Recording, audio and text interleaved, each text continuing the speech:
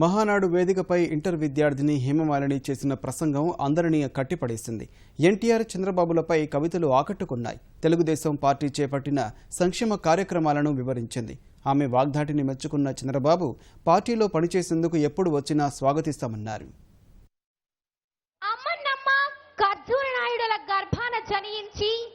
అచంచలమైన ఆత్మస్థైర్యంతో, నిత్యనూతనమైన ఆలోచనలతో వ్యక్తిగత ఉన్నతి కాక సమాజ అభ్యున్నతి కోసం, తన సొంతానికి కాక జన స్వావలంబన కోసం, తమ స్వార్థానికి కాక రాష్ట్ర పురోగతి కోసం అమరావతిని నిర్మించి అలుముకున్న అజ్ఞానపు చీకట్లను తొలగించేందుకు, కనుమరుగవుతున్న ఆంధ్ర రాష్ట్ర పురోగతిని వెలికి తీసేందుకు పట్టుదలతో ప్రగతి పదవిని సాధించినావు.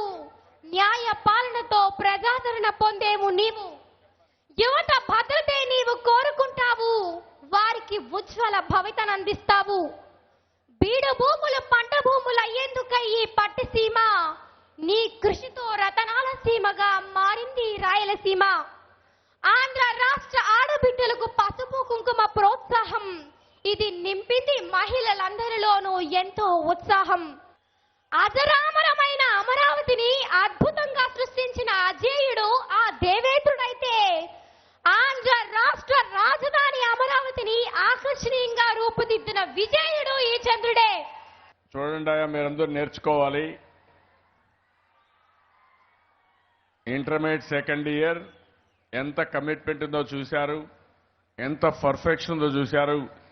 ఆ చిరంజీవిని అమ్మాయిని మనస్ఫూర్తిగా అందరూ కూడా అభినందించాలి. గట్టిగా చప్పట్లు కొట్టి మనస్ఫూర్తిగా ఆశీర్వదించండి, అభినందించండి. థ్యాంక్ యూ అమ్మ. నువ్వు ఎప్పుడు పనిచేయాలన్నా మీకు తెలుగుదేశం పార్టీ సొంత ఇల్లు. నువ్వు ఎప్పుడైనా రావచ్చు, ఎప్పుడైనా మాట్లాడచ్చు. నీకు మాత్రం హక్కు కూడా ఇస్తున్నా, ఎందుకంటే బ్రహ్మాండంగా మాట్లాడుతున్నావు. పార్టీ పైన చాలా రీసెర్చ్ చేశావు, ప్రభుత్వం పైన రీసెర్చ్ చేశావు. నీకు ఎప్పుడు ఇది అవకాశం ఉంటుంది. మనస్ఫూర్తిగా మళ్ళీ ఒకసారి అభినందిస్తూ మనస్ఫూర్తిగా ఆశీర్వదిస్తున్నారు. కంగ్రాచులేషన్స్ అమ్మా, గుడ్ లక్.